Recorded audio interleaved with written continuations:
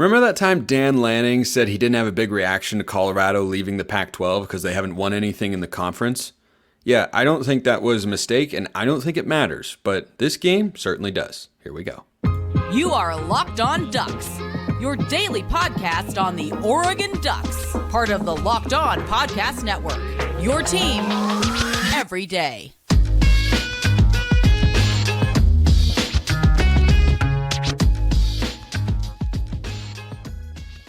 Yes, it is that time once again for Locked On Ducks. I am your host, Spencer McLaughlin. Thank you so much for making this your first listen or your first view of the day. Part of the Locked On Podcast Network, your team every day, and your number one source to stay up to date with the Ducks. So if you haven't already, like, comment, subscribe, rate, review, please, and thank you wherever you listen to or watch the show, which today is brought to you by Game Time. Download the Game Time app, create an account, use code LOCKEDONCollege for $20 off your first purchase. So, Colorado, couple notes there, standouts from Saturday, a couple people who caught my eye, and an overall assessment of the Ducks' talent, which right now through 3 weeks looks pretty darn good. But Dan Lanning, when before we were off to the Big Ten in 2024, and it looked like the Pac was going to stay together and be on Apple TV and everything like that, said he didn't have a big reaction to Colorado leaving the conference because he was trying to remember what they had won, which is nothing. They went to a Pac-12 championship game. They got blown out by Washington in 2016, and that's the only notable season they've had since joining the Pac-12, up until this one, of course, the last season of the Pac as we know it. But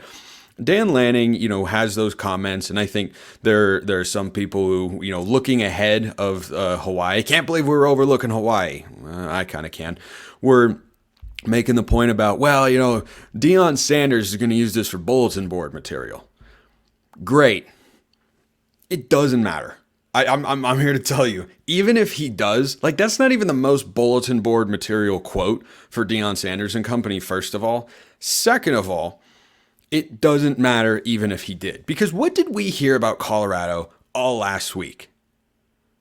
They went on, they made it personal.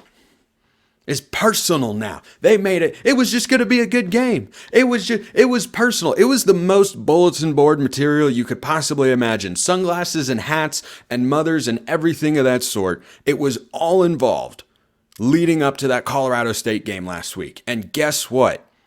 It didn't matter. It didn't matter. Intuition might have told you, hey, if you lose this game, or if you go into this game and you have these motivating factors and you're a superior football team, which Colorado is compared to Colorado State, they didn't look like it on Saturday night, then Colorado should have been able to go in there and absolutely blow them out. They had the linchpin of bulletin board material last week. I mean, that conversation started on Wednesday. And Deion, as Deion does, was hyping it up. And he was playing it up because that's what he does. That's his shtick. And it works at some degree. Hopefully it doesn't work well this Saturday against Oregon. But if there's any concern out there amongst Oregon fans or anybody else about, what about the comments coming back? I first of all, I don't think it was that much of a shot. Deion Sanders and this Buffs team was not named. The institution was named. And second of all, if you play well enough on the field, bulletin board material just doesn't matter very much. It can have an influence. Sure, I might have contributed to the chippiness of that game. But that sort of vibe is not going to take place at Autzen Stadium this Saturday. I really don't see that happening. And they had all the motivation in the world to beat Colorado State as badly as they could. And guess what? They should have lost the football game. So if Coach Prime wants to, portray those comments as look at what he thinks of this school or anything like that. Okay. Whatever. That's his prerogative. If he thinks that'll work. It didn't work very well last week.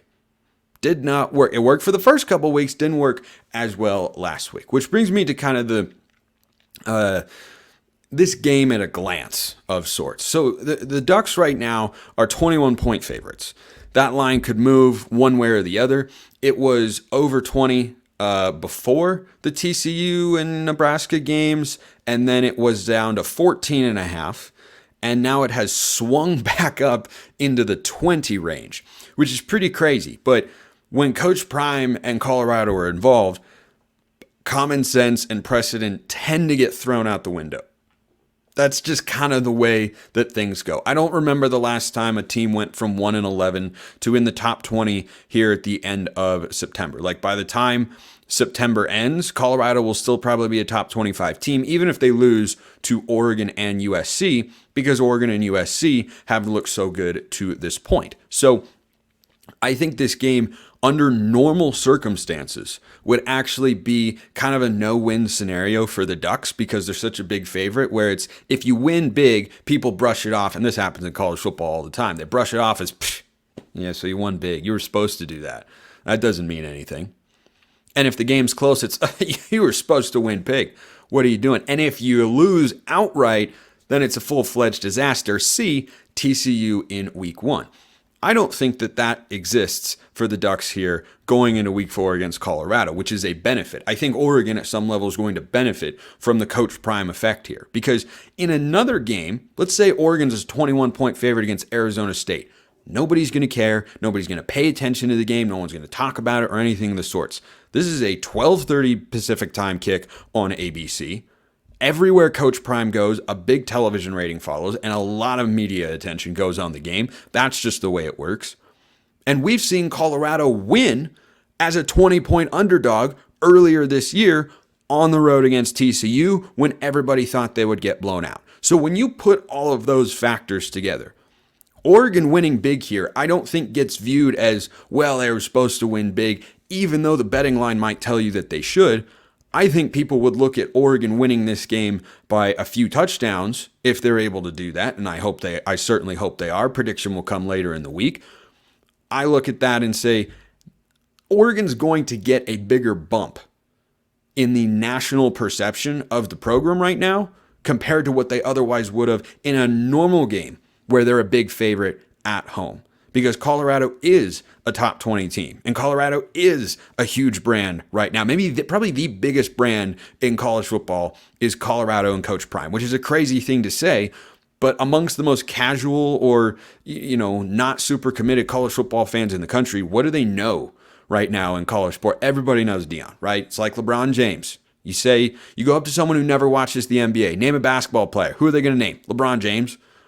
If you go up to someone who doesn't watch college football and say, name a college football coach, who do you think they're going to say? It's probably either Nick Saban or Deion Sanders, which is a crazy place to be, but that's the world that we live in right now. So I think the bump could be there. The Ducks are number 10 in the AP poll. We moved up a couple spots after, I think we were 12 the week prior, or 13. And look, we'll take it, right? That sort of stuff can't hurt. Perception matters a great deal in this sport. And the perception of blowing out Colorado is a lot stronger than the perception of, what we did down in Tucson against Arizona last year, for instance. And I think those teams are kind of comparable. Colorado might be a touch better because their quarterback's better than Arizona was last year, who ended up being a respectable 5-7 football team, by the way, and beat UCLA on the road as a 20-point underdog. College football's crazy nowadays. 20 points as a favorite is not what it used to be. All the time. Look at Florida State, for instance. They were like a 28.5 point favorite. They almost lost outright on the road against Boston College. Pretty nuts. But I feel like we keep seeing that more and more all over the place. Last year, though, Oregon beat Arizona 49-22. If that happens in this football game, which is a score that I can definitely see coming to fruition if Oregon plays the way that they're capable of and clean up the penalties, that is not going to be just, it's a nice win and everything. It's going to give you a little bit more oomph in the national media landscape, and that's just never a bad thing as Oregon gets into Pac-12 play here and looks to get back to the Pac-12 championship game and, God willing, the college football playoff, though a lot of things have to go right for that to take place. A lot of things went right on Saturday, and a lot of individuals made that happen. You can make stuff happen in your bank account one way or the other, perhaps, but hopefully in the positive way. If you go check out FanDuel, you can snap into the action this NFL season with FanDuel. That's America's #1 sportsbook. Right now, new customers get $200 in bonus bets guaranteed when you place a $5 bet. That's $200 in bonus bets, win or lose. That's a pretty darn good deal, which is why you should go check it out. If you've been thinking about joining FanDuel, no better time to get in on the action. If you think Oregon is going to just blow the doors off Colorado and embarrass Coach Prime and beat them by 25, 30 points, you may go bet the line anyone and everyone can do as much. The app is easy to use. It's got a great interface. There's a wide range of betting options, spreads, player props, over-unders, and more. Visit FanDuel.com/LockedOn, kick off the NFL season, and perhaps more importantly, keep the college football season rolling and spice it up a bit. FanDuel, official partner of the NFL. People have suggested before I should get the second segment sip sponsored. It's just an idea. It's not a bad one. Here's an idea. Let's talk about a couple more people who stood out to me on Saturday, because there were a lot of individuals who I thought had really, really good games that I didn't necessarily have time or think about yesterday when I did the show. But Trayshawn Holden had a really good football game, and I was encouraged to see that. I was, really excited about I don't know about really excited, but I was excited about what he could bring to the table, replacing Chase Cota as kind of that, possession receiver that's got more speed than you'd think. And I think Trayshawn Holden is just a more bulked up version of Chase Cota, and we saw that on Saturday. When he busted that long touchdown, he showed, I know it was against Hawaii, but speed is speed, and I hadn't seen him make a play like that for the Ducks. And to me, just reinforces what I thought going into last week, which is the wide receivers are the best unit for the Ducks so far in 2023. Like the depth and talent that we have. Chris Hudson still doesn't have a reception this year, and he's the second leading receiver for the Ducks coming out of 2022. Like, that's how crazy talented these guys are. Tez Johnson and Bo Nix, they've got that chemistry nailed down. Trayshawn Holden had a great game. We see what the potential is there. Gary Bryant has been really good. Troy Franklin is a stud. And then you look at the other pass catching options, and I like the tight end room a lot. I think Kenyon Sadiq is going to continue to see more time as the season progresses. He's just a physically unique player in that tight end room, who I think all have been solid, by the way. Casey Kelly, Patrick Herbert, Terrence Ferguson, Kenyon Sadiq, we have seen them all. I thought that would be the top four coming into this year. It has been. They have been good. They have caught passes when throwing the ball. Not a ton, but some. Their blocking has been rock solid as well. But Trayshawn Holden, I thought, really stood out when he caught that zip from Ty Thompson. We're going to talk about Ty Thompson in a moment. I thought that was excellent. Noah Whittington, another guy. Man, he looks faster. I mean, last year he looked good, and I love the way he runs. He is the king of balance. He is a balanced bowling ball out there on the field. I think his ability to navigate between the tackles, to absorb contact and stay on his feet and then accelerate makes him a unique runner in the Oregon running back room. I think Jordan James is a more dynamic version of C.J. Verdell, which is kind of a one-cut downhill physical runner, but I think he's got more wiggle than Verdell did. And Bucky Irving is just shifty as can be. And all three of these guys are playing, and I think will continue to do so because of their distinct styles and because they're all really good and very productive. And I think they all bring something to the table a little bit different, and I think that's exceptional for the offense. But I mean, we saw Whittington, bust some long runs against Arizona last year. He had a big touchdown against Cal. He had some great runs against Washington as well.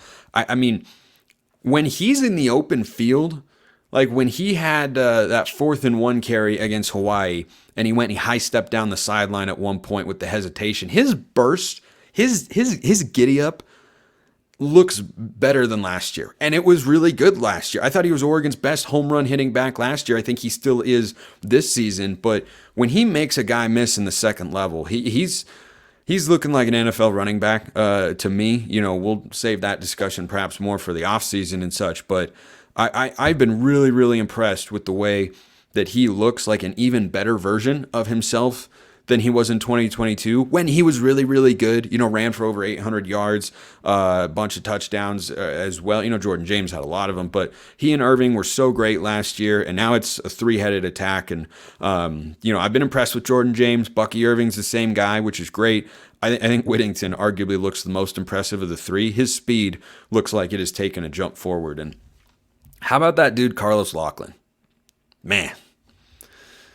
That guy looks like a really good running backs coach. Like, I love things he says at practice, but the players he's brought in, the development, the depth, yeah. A lot of good hires on this staff by Dan Lanning. Carlos Loughlin is at or near the top of the list in terms of assistant coach hires because they've been so good. Another one defensively before we get to Ty Thompson, Jaleel Florence, who I was really high on last year as a true freshman. He was a talented recruit, and I thought, hey, he and his old teammate from high school, Jaleel Tucker, are they going to be a dynamic duo? Tucker wasn't able to see the field, transfers to San Diego State. Florence stays around. And I thought last year, I remember singing his praises all the time, saying, I think that guy can be a shutdown corner in this conference and an all-conference caliber player. He has taken a step forward. I think that much is really, really clear. Aside from the trick play against Texas Tech, which, props to the Red Raiders for busting out a good play call, and he recovered so it wasn't, a touchdown or anything, but, got beat over the top. I can't think of a moment this year in which Florence has been beaten. Like, the best corners sometimes you never hear from.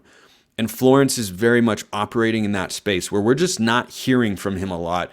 And I think it's because he's just become really difficult to beat. I think his physicality and tackling that, was one of his weaker areas, I think last year, has improved. And I think his coverage skills are excellent. And I remember what I said about him the first time he took the field in the spring game in 2022, which was, boy, he's got some room to grow, but he's a true freshman and he looks like he belongs. That guy does more than belong. And this is a crowded secondary. I mean, you have Traquez Bridges back from last year, Dante Manning back from last year, and you bring in Kyrie Jackson, you bring in Nico Reed. And from what I have seen on the depth chart and in the playing time, it looks like Jaleel Florence has kind of worked his way above Traquez Bridges, who is still playing, but not as much as he was a season ago.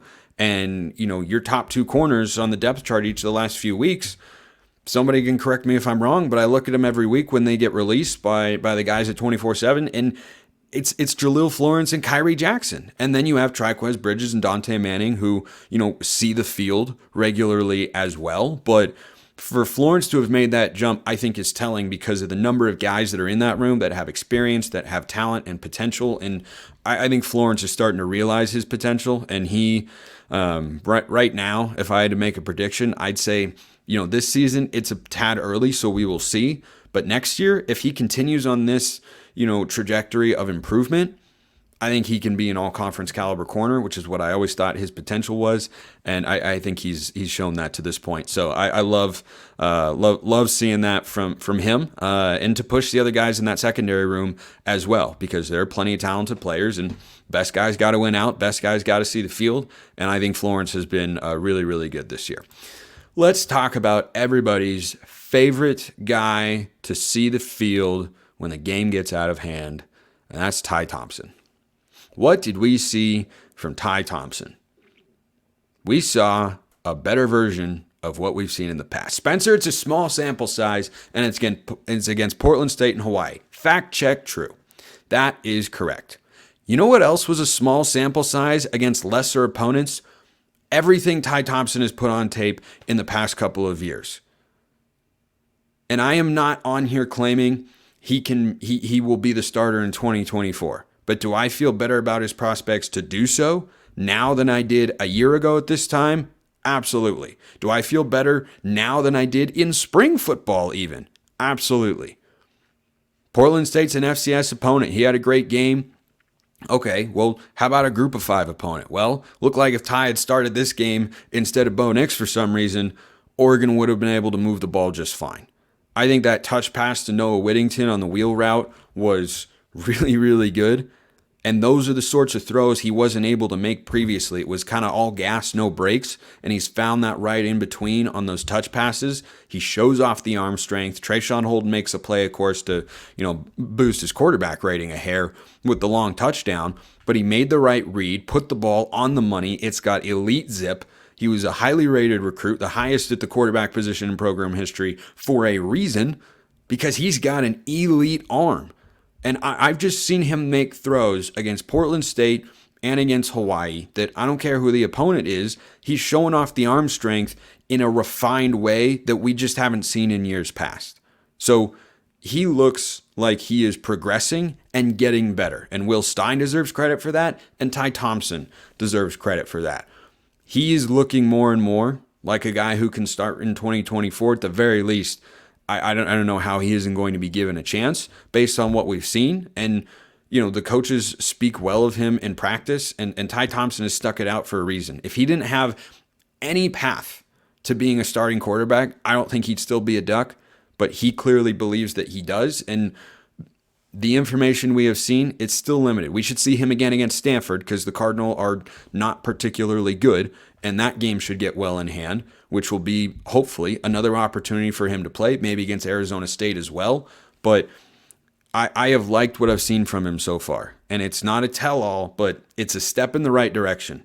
And against Portland State, I said, well, I want to see it against Hawaii. Well, now we saw it again against Hawaii, and he looks far more competent back there than he did the last couple of years, operating the offense and making certain throws. So I like seeing that. Curious as to your comments.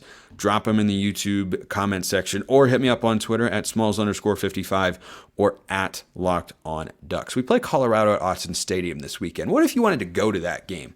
If you want to go to that game, you know where you should go? Game Time, because buying tickets to your favorite events shouldn't be stressful. Game Time is the fast and easy way to buy tickets for all the sports, music, comedy, and theater near you. They have flash deals at the last minute to get you tickets the day of the game. Forget planning months in advance. Game Time has deals on tickets right up to the day of the event. Get images of your seat before you buy them as well, so you can see exactly what you'll be looking at if you purchase those particular tickets. And if you want to go elsewhere, what the price is and everything, they've got everything that you need. Snag the tickets without the stress with Game Time. Download the Game Time app, create an account, use code LOCKEDONCollege for $20 off your first purchase. Terms apply. Again, create an account, redeem code LOCKEDONCollege for $20 off. Download Game Time today. Last minute tickets, lowest price guaranteed.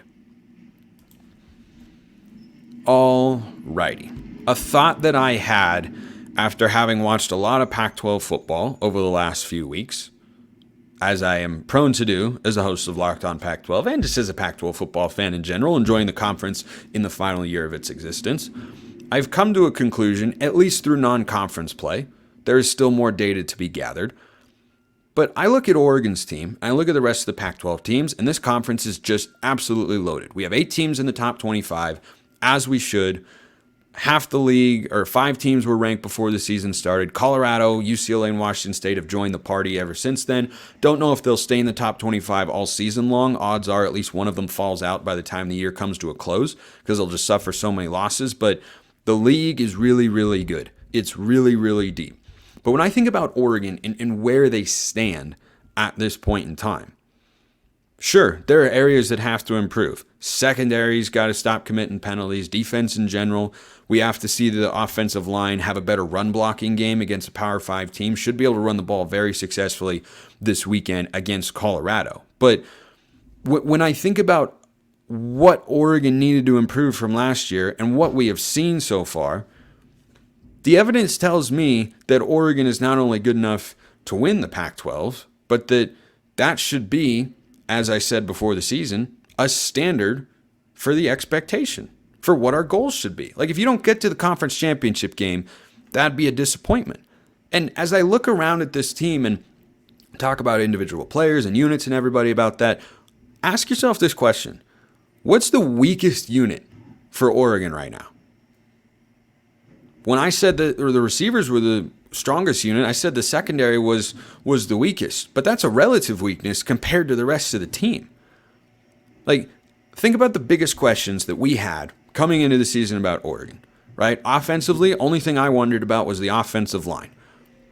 I don't think Bo Nix has been sacked yet, maybe one time. They are, in the pass protection sense, every bit as good as they were last year, which is really impressive because the standard was set so high a year ago. And then in the run blocking sense, there's still more to prove on that front. But again, that's not a weakness. That's a gotta be able to get better. Hope they can be able to produce better results than they did on the ground against Texas Tech. So that was one question. It's a pretty good answer to this point in the season. The defensive line, that was a question. Better on paper, but is it better on the field? Boy, it looks better on the field. 4 sacks and 1 called back because of a flag against the Red Raiders against Texas Tech. Pressure enough on Tyler Shuck to turn him over 4 times and sack him 4 times. Pressure led to a turnover against Hawaii, had a couple more sacks in this game, didn't allow a touchdown, the starting unit, against a competent G5 passing attack. Like, they look more physical. They've got a mix of talent and depth that I like. Feeling good about that unit right now. And that was a legitimate question. We'll see how they hold up as the year goes on, but the early returns are good. How about the linebackers, right? Replacing some guys there, bringing in new players, Jamal Hill changing positions. Playmaking has been prevalent at the linebacker position. Bryce Betcher looks great. Jeffrey Bossa, I think, is much improved. Jamal Hill has been solid. Like, they've all made impact plays through the first couple of weeks, and that was, what is the word I'm looking for? Sorely missing from the linebacking unit a season ago. Consistent, big-time impact plays. How about the defensive backs? I was talking about Jaleel Florence earlier, cracking the top of the rotation in a deep, talented group. They're not lacking speed, which I think is improved and was an issue a year ago, and they're not lacking experience. Across the board, they've got tremendous depth. So I don't worry about the overall talent on this team. It'll come down to the X's and O's. It'll come down to cleaning up the penalties, having the right scheme, having the right game plan, making the right play calls at the right time. Because I don't see a team in the Pac-12, though there are some really good ones for sure, that are just going to out-talent Oregon. I don't see a giant glaring weakness at this point in time. So I think Oregon's talent is good enough to win the Pac-12. I thought that before the season, but it's different when the results start playing out on the field. Early returns, though, are that they are good enough to play at that sort of level. It'll come down to the coaching and players making plays on Saturdays this year. But so far, we've made enough plays to be 3-0 and look mostly good doing it, though not perfect against Texas Tech. But good teams win when they don't play well. And Oregon didn't play their best brand of football against the Red Raiders and still won a road game against a Power 5 team. And I think that when you think about the schedule they've got, it's going to be challenging. There's no doubt about it. But talent-wise, I think as we talked about in the offseason, they appear up to the task. Appreciate everyone listening. I will see you next time. Have a wonderful rest of your day. And as always, go Ducks.